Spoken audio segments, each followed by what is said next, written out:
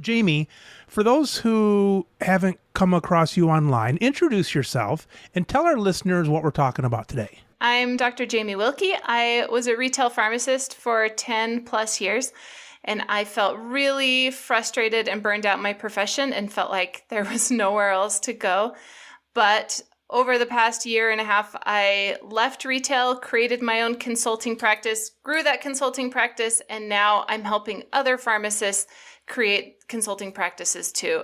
Could you have said, I'm getting the hell out of pharmacy, I can't stand anything about this, and go off and do whatever? Or did you know that you were going to land in pharmacy somewhere? No way. I thought that I was going to get out of pharmacy completely because even though I was a pharmacist, I don't like medicine. I don't take medicine. My family doesn't take medicine. I really felt like I was pigeonholed in a career and it didn't actually suit my personalities or my interests, because in retail, I felt like I was just medicating my patients, which isn't something that I really loved doing. And so for years, I was looking for a way out of retail in all other sectors because I thought there's nothing in pharmacy I like at all. So when you got into pharmacy, for a time there, you thought it was the wrong profession because you didn't even like medicine at all? Yeah, exactly. So when I first started, I thought it was the perfect profession for me because it got a doctorate degree, which was important to me as a female and all about female empowerment and achieving the most. I was able to get a doctorate degree, get a really good job right out of school, and work just part-time as I had my young family. It felt like the perfect career that I could be out of the work picture for years and I still come back and there's no corporate ladder to climb because there's no other position other than pharmacy manager to attain. And so what I loved about my career for the first 5 or 7 years then became the huge drawback and felt like, well, I loved this, but now I'm stuck. What you thought was the benefit of not having a corporate ladder to go up became the curse of there was nowhere to go. Exactly. Mm-hmm. Yeah, you got to be careful what you wish for. Because you'll get it. How long were you in retail then altogether? 10 years. All at Walgreens. I just had one job as a pharmacist all those years. Did you ever think that maybe just my current job sucks and I should go somewhere else? Or were you like, this whole thing sucks? Oh, no. I thought it's just Walgreens that's bad. I know everyone's complaining, but if I could get a position at a different pharmacy, then everything would be better. And I know it wouldn't be perfect, but I spent years applying for different jobs here in Utah and never heard back from any of them. All of my free time was devoted applying to other retail positions thinking, well, they have better hours or they might have a better scheduler, but it got me nowhere. Do you think if you got a different job, you would have been satisfied at all? Or do you think that was just going down the wrong path in retrospect? Oh yeah, just the wrong path. It's just a different flavor of miserable. And the grass is always greener on the other side until you get there and see that really retail is retail and it's all the same. What's different is the staff you're working with or the system, but really it's all the same job. And so I'm glad that none of that panned out and I never got one interview or callback because it just made me get out of retail completely so much faster instead of prolonging the pain. Do you think that career is good for anyone, or do you think that in the state that you're in, do you think it's just a terrible choice for everybody? No, I don't think it's the terrible choice for everybody. For me, it served me really well for all those years when I was looking for a part-time job that let me clock in and out, and then I never had to think of again while I had a young family and really helped set us up well financially. But long-term, I couldn't do it forever. But I know plenty of pharmacists who are happy in that position, and I'm not demonizing it and saying if you're happy, then you shouldn't be. But it's the way it's going and the more stress that's being put on it and the decreased reimbursement, it just feels like a really vulnerable place to be if that's where your whole career is. You said to yourself, I'm going to get out of this. Did you set yourself a goal or did you just say, I got to start looking? How did you know it was time then to go? And did you have a goal in mind to say it's going to be done by this date? Oh, yeah. So last summer, I was working in the COVID testing site for Walgreens. I left working from the retail and was doing all of their COVID tests. And Mike, just working outside, because we were doing it outside in their parking lot, just working outside made me feel so liberated and like, I'm not stuck behind a counter anymore. I'm feeling fresh air. I can kind of move around. I was still locked into the test site, but just feeling freedom from the pharmacy and that like physical space being locked in just set my heart on fire. And I was like, oh my gosh, I've got to get out of here in 6 months or less, because if this is what it feels like to have freedom, and I was still at Walgreens doing a very repetitive job, then I got to jump on that train. My pharmacy happens to be on a peninsula. And so I've got 3 walls that are part windows, so I don't take that for granted that I can look out and see 3 signs of life, from where I am at all times. And I bet that really makes a difference. It does, because if you don't know if it's day or night, summer, winter, it feels like you're in another space, another world. You can't see outside at all. Not unless you walk over to the drive-through window and crane your head around the brick wall. Yeah. That's a pretty low bar. I know prisoners that can see outside. Like in the movies, they've got those little windows up top and the birds come and stuff like that. I mean, that's a low bar. It is a low bar. And you just feel like you're in a goldfish trapped in a fishbowl with all the people looking in at you and staring you. And I couldn't ever leave other than 5 seconds to go to the bathroom. Otherwise, everything grinds to a halt. It just felt so claustrophobic. And once I got the itch to get out and felt like, well, there's really, like, I'm actually going to do this, then I was even more frustrated at work because I knew there was something more out there rather than just being resigned and kind of grumpy about my job. I started getting 100% burned out. And so, like, I couldn't even be there anymore once I knew that there was so much more. That little taste of, like, freedom made it even worse. Yes. So you gave yourself 6 months. Mm-hmm. I said, I'm going to quit completely. Why 6 months? Was that you just felt you could do it in 6 months? That was achievable. It gave me enough. It felt like it was enough time and not rushing too much, but also to keep me accountable. Because once you get into the years, then it just doesn't happen. Yeah, that's true. 6 months. What was the first physical action you took besides putting that on your calendar? What did you do next? So I spent every second of my free time and not free time absorbing information to decide what it was that I was going to do, what it was that was going to get me out. Because living in 2021, there's so many resources. There's podcasts and audiobooks and articles. And so I just consumed everything to say, what am I doing? And is there anything interesting in the field of pharmacy that I'm interested in? Because during that time, I got on LinkedIn and created a LinkedIn account. And that to me felt like walking out of a dark cave, kind of like working outside for the first time to say, wow, there's pharmacists doing so many things. I had no idea that was an option. Oh, get me out of here. If they can do it, I can do it. I'm making this happen. Do you think that's kind of rare for like a chained pharmacist to have a LinkedIn account, almost like they don't want that input from the outside world? Is it almost subconscious, or do you think that, I mean, if you haven't done it, you are probably a good example of a chained pharmacist. It seems if you haven't done it, a lot maybe haven't. Is that the case? Oh, that's totally the case. And I know because once I created that account, I wanted, to be connected to people, to have a network. So I looked up everyone that I knew in Utah who were retail pharmacists. No one was on there. And you couldn't find them? I couldn't find them. They didn't even have an account, let alone were active. So I was complaining to my husband, like, I'm never going to get any connections because all the people I know aren't on here. Like, I don't know anyone. Here's what I think they did. I think all the pharmacists have this very active group in Utah, and they got together and they all blocked you and they said, don't let Grumpy Jamie in. I think that way sometimes. That wasn't the case, though. They just didn't have one. They just don't even have one. Like, which is interesting because everyone's part-time job is like looking on Indeed.com for other jobs and like just scanning for any other job that you could have in Utah specifically because everyone's complaining about their job. So everyone's like looking like it's their job for another job, but then no one's on LinkedIn, which is where it's all happening. Everybody's looking, but they didn't make the connection to go on LinkedIn, to rub some elbows with people, to try to find a job.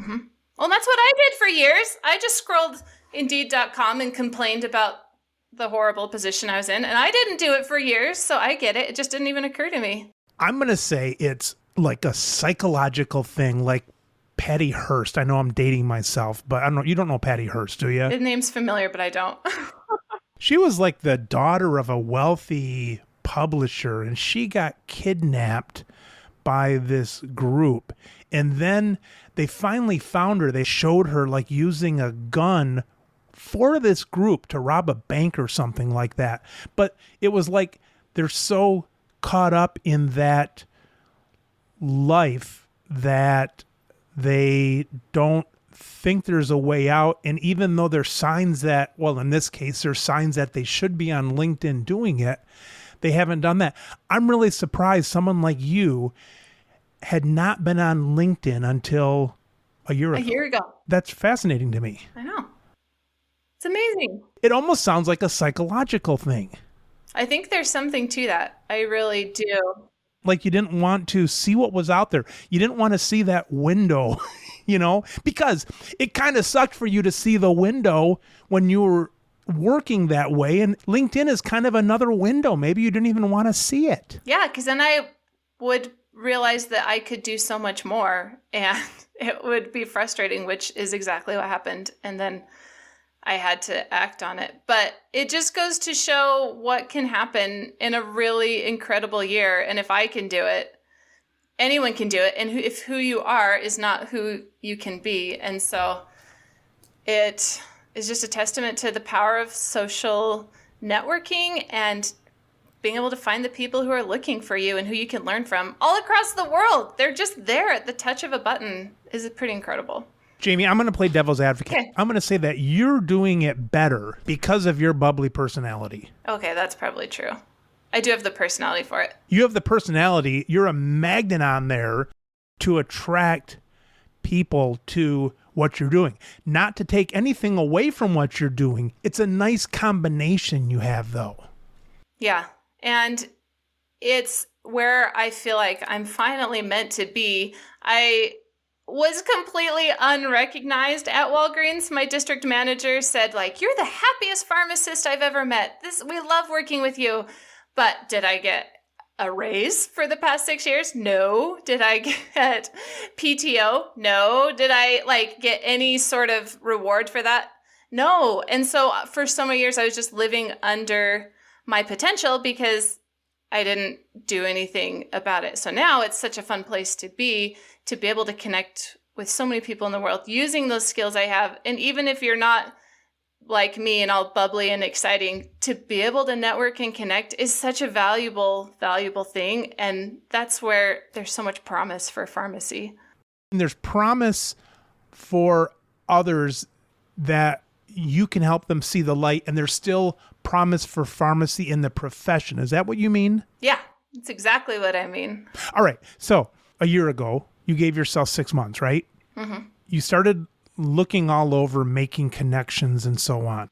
Mm-hmm. Kind of the chicken and the egg. Was it what you were going to do along with social media? I take social media as a huge part of this for you, right? Mm-hmm. More so than billboards or TV or things like that. Oh, yeah, for sure. Social media is dramatically underpriced, to get people's attention. It's not that you couldn't have a Super Bowl ad for your stuff, but you'd be wasting money on that. It's too overpriced for what you're going to get from it. Mm-hmm. So the chicken and the egg, was it saying, I want to do something and social media is going to help it grow? Or was it like, I'm going to do this in particular and, I think I'll get it going on social media? It was definitely the latter. So I got my PGx consulting practice up and running. What is that for our listeners? Oh, okay. So PGx is pharmacogenomics, which is looking at your DNA. It's just a cheek swab. And so then with that cheek swab, for the rest of your life how your DNA responds to medication. So it's like a map for how medication works for you. So doctors aren't just guessing with medicine anymore, that you can see what's likely to work. And so I became a consultant pharmacist and got into practice, started seeing patients at a clinic here in Utah, got that up and running. And then on my 5-year plan, in the 5th year, I wrote down, I'll like create a course or help pharmacists in some way do what I'm doing as well. And that's supposed to be 5 years away. But after I created the practice and started kind of like sharing about it on social media, so many pharmacists flooded me with requests saying, oh, will you coach me? Oh, will you help me? That's exactly what I want to do.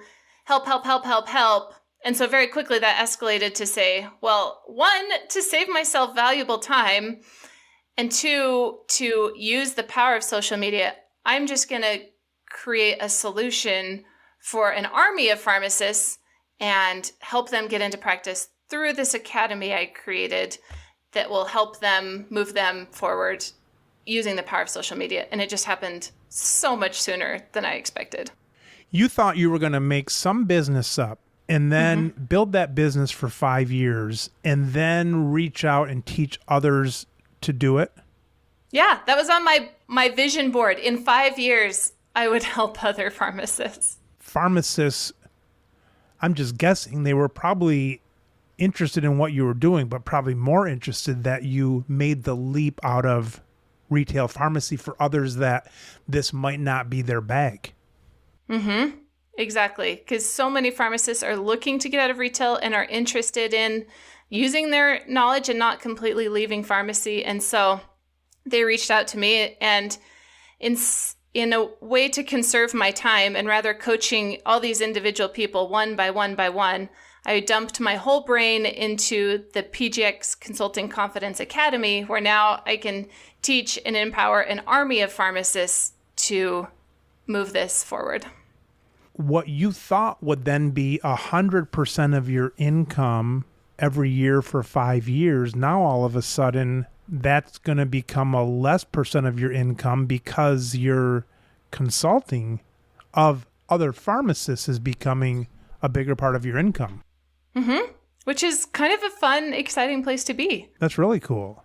In the name, PGx Consulting Confidence Academy. What's that word confidence there? I saw it. I said, that's a cool word in there. Is it because pharmacists don't have any confidence going out to do something like this? Absolutely. Pharmacists are so good at learning knowledge, and they know so much. And where I see them struggle is they're not confident enough to put it into practice and to go into business for themselves. They're just stuck with the knowledge and gaining more and more knowledge, getting more and more certifications and more letters behind their name. But unless that's actually helping them grow their career and earn more money, then it's just a form of procrastination. How did you decide to actually add that word to the name of your consulting business? It's a great thing. I mean, it's cool. It really jumped out at me to see that, you know, the confidence, because I would just have put PGx Consulting Academy and I'd say, well, we build confidence in my mission statement. You know, I would say that kind of stuff. But how did you decide though, Jamie, to put confidence right in the title? Because that's what and my aim is to do, is to get pharmacists confident and taking action. This isn't just another thing that you learn and learn and learn and then do nothing with. This is taking action and changing your future. And so I probably haven't thought about it as much as you have just now. It just came naturally to me that I want pharmacists confident by the time we're done, and to show that what we're doing is actually doing something instead of just learning more didactic information. Would it be true that it's almost to the point where you say, I don't care what I'm teaching pharmacists to do. I'm giving them hope. I'm giving them joy. I'm giving them money.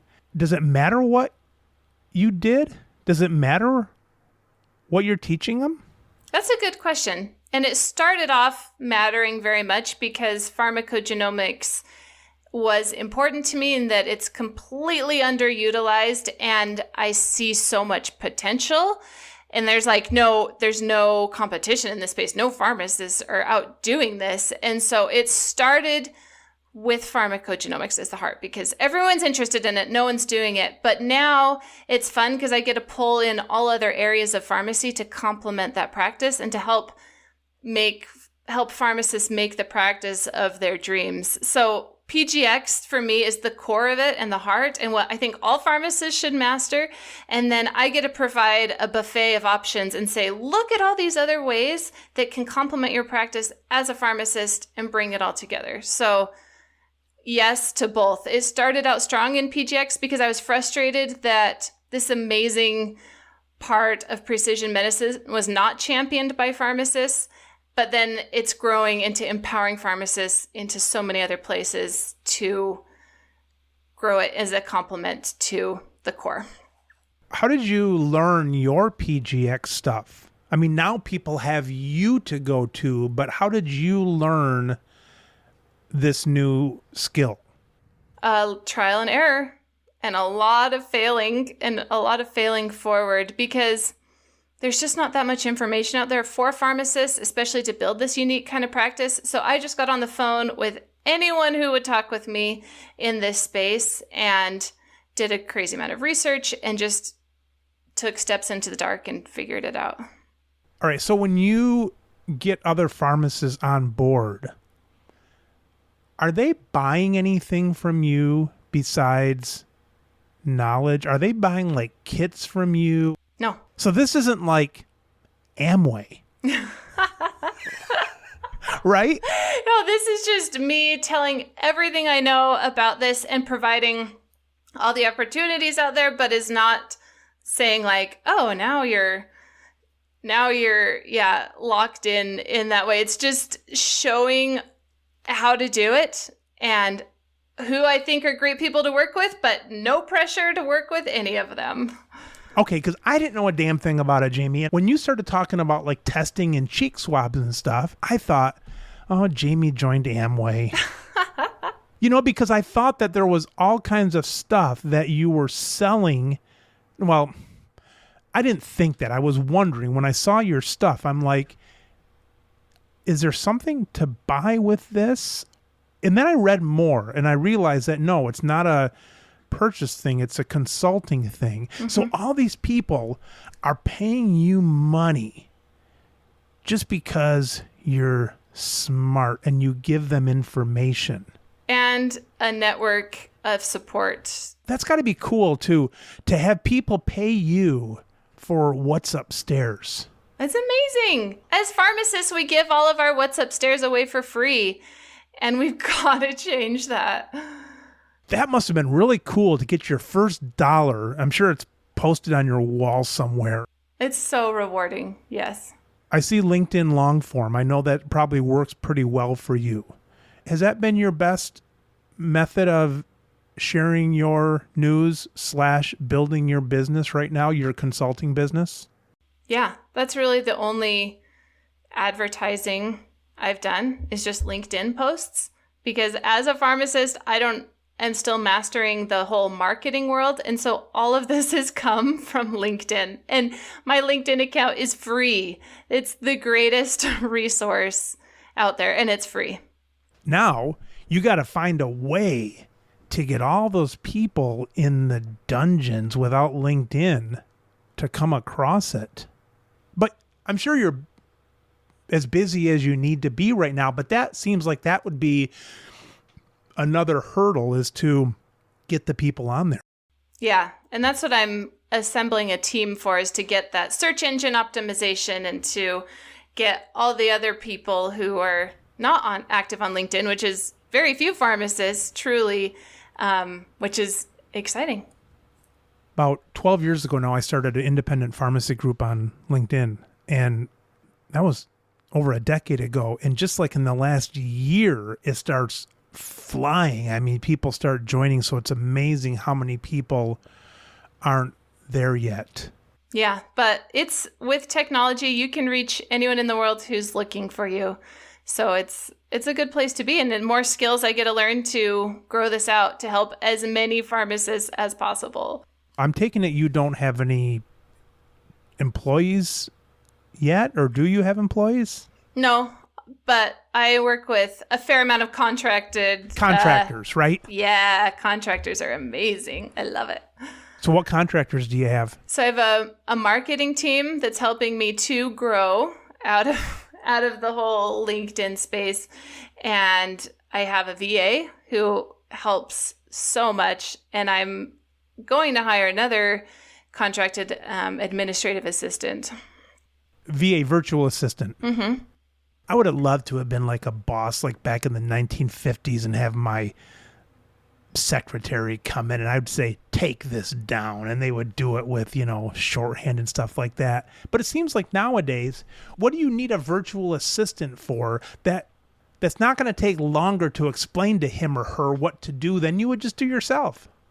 Oh man, so many of the little tasks of the days, because time is so precious and it's so easy to give away.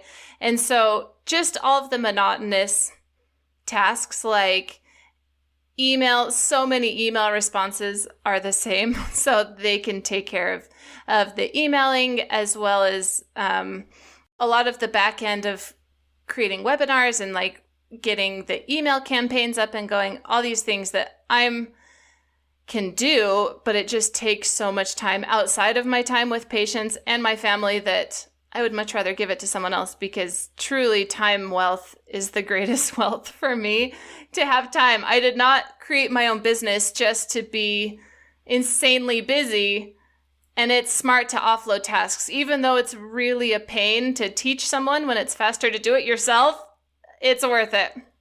Your email, does your assistant go right into your box and pull emails out, or are you forwarding things to them and saying, do this or that? How is that structured? It's all forwarding right now. Do all this. You're picking emails out and saying, handle these, and then they clear from your box. Mm-hmm. And clear from my mind. When you mention webinars, you're putting your own on. Mm-hmm.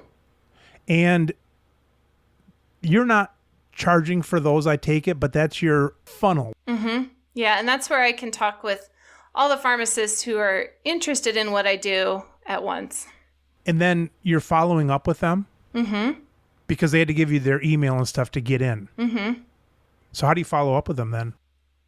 With email and with sometimes LinkedIn messages, if that's where we connect on there. Are you doing any personal things with them, or is it all part of your database you're building? Well, that's the fun part. They get to do my assistant gets to do all the group emails, and I get to reach out to all the individual people that I'm recognizing on there. And then that's the fun part. Then I get to be me and interact with people in the way I want to, and they can take care of the big, boring stuff. Where's your assistant live? In the Philippines. That's what I thought. Yeah. I'm a smart business owner. How'd you get your assistant? Oh, another friend of mine who's a CEO was hiring another VA, and he's like, I have a runner-up. Do you want them? And I was like, heck yeah. So I didn't even have to do any of the work. He just got handed to me on a silver platter. Bring me through a typical day now, the goods and the bads. So I see my patients several days a week in the clinic here in Utah. And what is involved in that is the front desk sees patients who are polypharmacy patients who are on multiple medications. Wait, when you say clinic, what do you mean? Your rented space? Mm-hmm. In an existing clinic. So they let me come. Like a healthcare clinic, or? Yeah, it's actually a tribal medicine clinic. So it's like a integrative functional wellness practice. It's so cool. Gotcha. Okay. So they have patients come in for a variety of reasons. And when they see that they're on multiple medications, they say, oh, you need to see Dr. Wilkey. Let's set up an appointment with her. And so they book out my schedule. I meet with the patients, and it's a 2-appointment structure where the first appointment, we're just getting their history and understanding where they're coming from, what medicines they're on, what their health conditions are, how they're being managed, if they feel like they have robust health, and if not, what true health looks like for them, and kind of understand how well they understand their medications and where they're coming from. And during that test, we do the DNA swab. And then 3 weeks later, the swab results are back. My conclusions are back. So then I meet with the patient a second time for usually 45 minutes to an hour. And we sit down and review not only the DNA results, but the drug-drug interactions, drug-food interactions, drug-drug gene interactions, and kind of the polypharmacy, the duplicate therapy, kind of go through everything in the file, not just the PGx drug gene interactions. And it's such a rewarding conversation. This is why I went to pharmacy school, was to have those encounters. Really cool. I'll do that a couple days a week. And then the other days I work on building the information for my PGx Consulting Confidence Academy. So I'm always adding new information, new updates, new interviews. And so the days that I'm not at the clinic, then I'm filling up the academy and helping move those pharmacists even more forward. You're at your desk at home. Mm-hmm. Do you like that better than going out to the building? Yeah. Going out to the clinics? Yeah.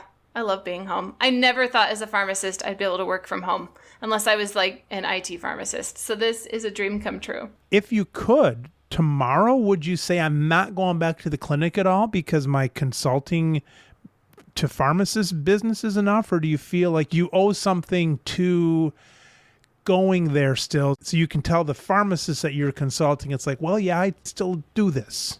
I feel both, but time is precious. And so I know in time I'm going to have to replace myself and hire another pharmacist to do that, to really scale this where I see my academy going to have the full impact I see. And so my hope is to still be in it and see how it's working, but not necessarily lock my time in as much as I am right now. When you grow your business, what are you growing actually? Are you growing the sale of your program? Mm-hmm. Yeah, the academy is the program. So I see that as one angle to it, to grow that so that it's even easier to access and use and to have more of the bells and whistles, because right now it's just me and I'm the bottleneck. And so to add the finishing polishes that make it really nice, but also I have bigger views of taking this internationally and helping other pharmacists around the world, because if we think we're behind in the United States, every other country is behind us. And I've had a lot of interesting conversations that are paving the way for that to happen too. So it's a fun place to be. What is your deliverable? It's not a CD. That's old-fashioned. It must be some kind of a web-based thing that they're putting in a password and then getting videos of you and some computerized PDF or something. Is that right? Yeah, it's an online course. That's an easier way to say it. You can tell I'm old-fashioned. So this is an online course and all the current bells and whistles of an online course. What does that mean these days? So it means pharmacists who are looking to get out of retail but have no clue where to start. I start at square one and teach them the basics of pharmacogenomics, how to get certified if they want to get certified, lay out all the programs for them. And then we go into how to work with labs and all the details on labs and how to work with providers. These are videos? Yeah, they're all videos. They're all pre-recorded videos where I talk about each of the subjects and then provide downloads for more information. And so they are totally on your own time. You can go as fast or as slow through all my different modules as you want. So they get online, they get on your site. They have, how many videos do you have? Oh man, I think there's 120 now and growing. 120 videos? Yeah. How long are they? Oh, between 10 and 30 minutes. Really? Yeah. They're 10 to 30 minutes and you have like 120 of them? Yeah, and growing. What the hell do you have to talk about for that much time? There's so much to talk about between working with labs, how to work with labs, how to pick which one you're using, red flags to watch out for, how to talk with prescribers if you're interested in doing what I did, where you're working in a clinic, or if you're interested in creating a different business model. I just show you everything out there. And include it's like a baby MBA where we talk about how to structure a business, how to do accounting and legal and insurance and just the business basics that pharmacists don't know because we've never done anything like this before. And then you said every video, then they can go out and click on something that'll take them to a form or a database or whatever, right? Yeah, or more reading into the topic, because I don't want to record an 1.5 hour video where I'm just droning on and on. I want to keep it short and sweet and leave all the important information. And then if people want to know more, then I give them all the resources.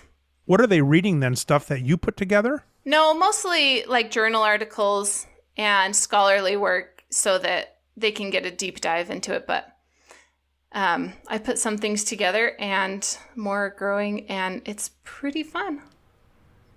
So you mean something like an article maybe on PGx, something that you didn't write, but you can link to it and say, this is a pretty good article about this. Stuff that you had to do to put all this together, right?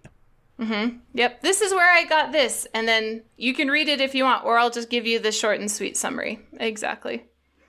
Devil's advocate. Well, it works for you, Jamie, because you're in Utah by a reservation. Is this going to work for everybody? Oh, yeah, it definitely works. You just have to think outside of the box and outside of traditional pharmacy. And where I see a lot of pharmacists in my academy having success is working with like clinics that might not have a prescriber on staff, like a behavioral health clinic or an addiction clinic, or even like a wellness clinic at a chiropractor's office. You're thinking through this and you say, all right, my 5-year goal happened in 1 year. Mm-hmm. Do you have a 10-year goal that's going to happen this year? Whoa. I don't think I'm going to keep going at that speed, but I'm definitely escalating the timeline on a lot of other goals and seeing how fast you can actually make them happen and how to up what you're expecting from life. It's fun. What are your next goals? Oh, then I have to like stick to them. No, no one's listening to this. It's just you and I talking. Come on. Spill it out. So my next goals are to create like a co-op and a nationwide program for pharmacists to stay with me and to help as a group into the future, so that we can like provide the insurance solution and provide the support into pharmacists who are doing this into the future, and to have like a group-wide bargaining power and use that to our advantage, instead of having everyone scattered around the country doing their own thing, trying to figure out these resources themselves, to create a group where we're all in this together and can use these resources and help each other out.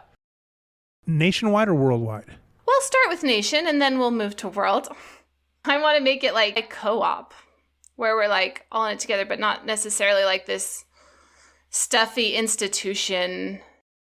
You want this to be more groupy. More groupy, more real life boots on the ground, like actually doing it, than a stuffy institution whose hands are tied with what they can and can't say and can't do. It's an unfortunate reality that when the associations are moving, and there's some national associations really moving now, it's really cool to see, but when they're not moving, they can fall into that people's picture of them as like they're a stuffy organization. Yeah. So I'm building something big, and the form is coming together, but the ultimate goal is to unite people across the country and to give bargaining power and to give resources as a collective benefit for this interesting group of pharmacists who are doing something pretty novel and new, and that there aren't those collective group benefits and resources for. Yeah, because the groups right now aren't specialized enough to point down to this. Mm-hmm. Especially for pharmacists. There's good PGx, kind of, but pharmacists, I think, should be the ones that champion it. We're kind of a unique profession, so that's my next big goal. So that'll happen in a year. It's a 10-year goal that'll happen in a year. What's your next goal? Oh, man. My goal is just to get as many pharmacists out of miserable jobs as they can and show them everything that's available to them in pharmacy. So I don't even know farther than that. That's what I was getting at, because everything I'm hearing from you so far is focused with the PGx, but I'm hearing in your voice, it's like, yeah, that's part of it, and this has been good for me, and we can go down this road, but a main goal is like getting the word out that there's hope out there. Yes, there's so much hope out there, and to provide solutions that pharmacists can pick that work for them and their interest and their situation. What is that though? Because so far we talked about going down the road of the PGx and the consulting and that, and getting into the group benefits and so on. But how would you go down the road of someone saying, I want the freedom and the hope that Jamie is giving. I don't think it's PGx for me. Do you have any thoughts of saying, I want to paint a picture of hope, and business-wise, I want to sell hope on a bigger or wider level than only through the PGx? What would that be?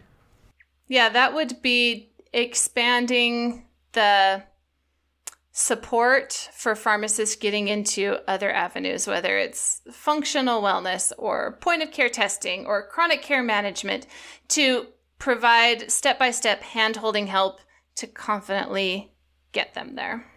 If you had to put a nail into that one, that would be a online program similar to what you're doing, but more general. Would you take it down that road, or do you have ideas of a different road? No, I have ideas of zooming out and taking it down that road and just providing even more opportunities for pharmacists.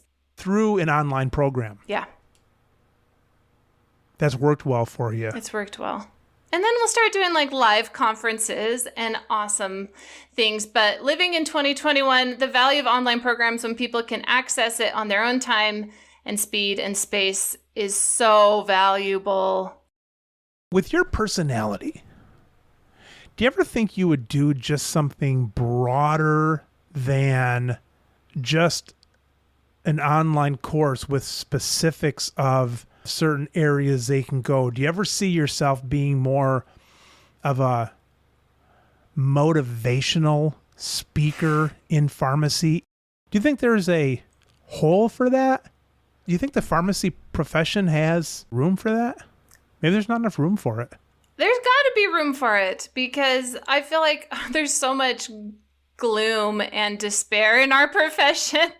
Yeah, there's got to be room. We need to counter that and to provide optimism, because with 300,000 pharmacists in the United States, many of which are miserable, there's got to be another option. And so, yeah, I'll be pharmacy's motivational speaker. Sign me up. That would make me so happy. I think that a lot of people maybe who have been beaten down so hard by the system don't escape from it with as much happiness and personality that you bring out of it. Yeah, that's probably true. And I'm not the typical pharmacist. I think pharmacists stereotypically are not social people and get nervous in presenting themselves and what they're doing. And so that as a group, it's hard to share and broadcast and to like promote what you're doing, because we just feel so insecure and about that just as a group. I don't disagree. And I look at my podcasting. I'm the only podcast that is focused on the business of pharmacy. That really should not be the case in 2020. I mean, that should have happened like 10 years ago. I think of other professions. I think of real estate and attorneys and all different kinds of professions. And it was kind of late in the game to have that opening still in pharmacy. Yeah, that's, I think, just a nature of our profession. We aren't putting ourselves out there and really are sticking with such traditional roles, even though time is changing quickly. So to even think about a podcast, because that's not a typical pharmacist role, like it hasn't even crossed so many minds, let alone to actually do it. Is it worse just for pharmacy though? I mean, do you think you can line up a bunch of professions like dentists and doctors and technicians of this and that? Do you think that's across the board, or you think there's something special about pharmacists that they don't want to move in that direction? I think it's fairly typical for healthcare, but pharmacy in itself is so unique because we're just so used to people coming to us and then we give what we know for free and then they leave. So we never, ever monetize our knowledge and like push that forward. It's always been stuck with the physical product of the prescription. And so that's really held us back and from having a voice and from moving forward to get away from that traditional role of, oh, people ask us questions for advice, we give it away. But unless we're giving them a prescription, we can't, our knowledge isn't chargeable. As pharmacists, in our traditional roles, we still check off or we get approval. In most cases, it's the doctor's approval for what we're doing. Mm-hmm. We're doing it, but we're getting the doctor saying to do it, and then we're doing it, and we're kind of comparing that against what the insurance is going to audit and all that kind of stuff. It can be rewarding because you have your marching orders at all times. Yes. And you really can't go off. Traditionally, you don't go off that beaten path too much. Yeah, exactly. We just stay within our bubble and do what people tell us to do. Do it really well, but don't go outside of that. I ain't complaining, though, because it leaves openings for someone like me to do this. It truly is an opening in 2020 not to have a podcast on this yet, I think. And it's an opening for personalities like yours to shine. Not that you wouldn't shine in any industry, but I'm saying in pharmacy, it rises up more quickly even.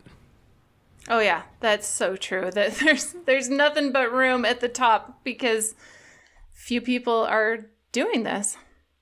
So Jamie, pull away everything. Pull away all the pharmacy stuff and all that. What would you really like to be doing in 5 years? In 5 years? Working 2 hours a day, traveling the world with my family, and still helping pharmacists move forward without locking my time into that endeavor. And how important are those 2 hours a day? If I said we're going to do 2 hours a week, would you fight that and say, Mike, I think I need my 2 hours a day of doing stuff. I think I need that. Because I would be about where you are. Would you go less? Would you go 2 hours a week? One time my daughter said, Dad, you should read The 4-Hour Work Week, by Tim Ferriss. And like, A, I already read it. And 2, why would I want to double my work week? Well, that was when I wasn't. That's when I wasn't working so damn hard like I am now because of some business changes. But would you take your 10 hours a week or would you say, I'll cut it down to 5? That's a good question. I could very easily fill my time with the things I love doing, where work right now is my own space from my family because I have 4 little boys.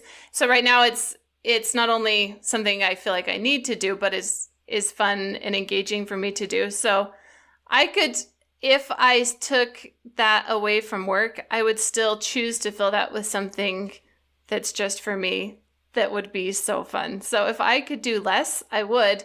And I would fill it with something that is still pushing and having me grow, but not quote unquote work. What would that be? Oh, just learning so many new skills, like adult gymnastics and learning how to do like flips and twirls, or to learn a new language, or to learn new skills and just do things I felt like I never had time to do and don't want to wait until I quote unquote retire to do. I've been building hobbies because I won't have the pharmacy forever. And 4 to 8 years, I probably will be around still. I've been building things to do. The one thing about business, though, that's a pretty cool competition. You didn't even mention competition. You were just saying learning. But if you like competition, it's a pretty cool competition because, everybody's fighting for the maybe limited amount of prizes. And maybe it's not limited. Maybe that's old thinking. But you would find enough that you wouldn't need the business as stimulation. Well, that's easy to say now, but in time I might choose that that's what I love and that's what I choose to do, keep up those couple hours a day, which is a fun choice. You're getting more and more reward from what you're doing as you grow and impact people. You're getting more and more of that. So when the time comes, whenever it is, that 2 hours might be valuable, but might not be. It's a good position to be in.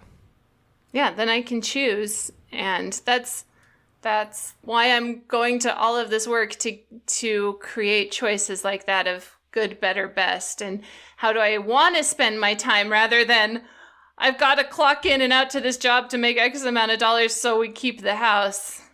It's a great place to be. That's what I tell my wife. It's like, I don't know if I want to do retirement. I might get out of the pharmacy. I mean, I've had it on my mind for basically ever. I might get out of the pharmacy for a week and go stir crazy because I don't have that on my mind. But the point is, I want to get to the point where I can make that choice. And you're making it from a place of abundance, and it's what you're choosing rather than, well, I want to do this, but I should do that, and I have to do this, and all that. Good stuff. Well, Jamie, golly, nice talking to you. Best wishes on things. Thank you. It's been so great to talk to you and get to know you, Mike. This has been so fun.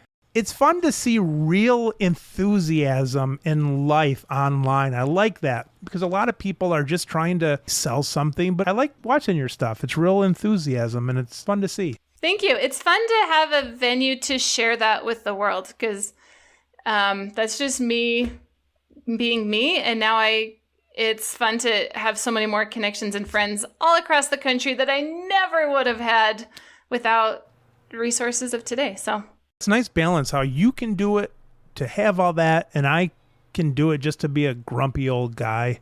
We can both have it all. We're a nice balance, Jamie. Yes. All right, Jamie, keep up the good work. It'll be fun watching you, and best wishes on things. Thank you, Mike. Talk to you soon. See ya. Bye-bye.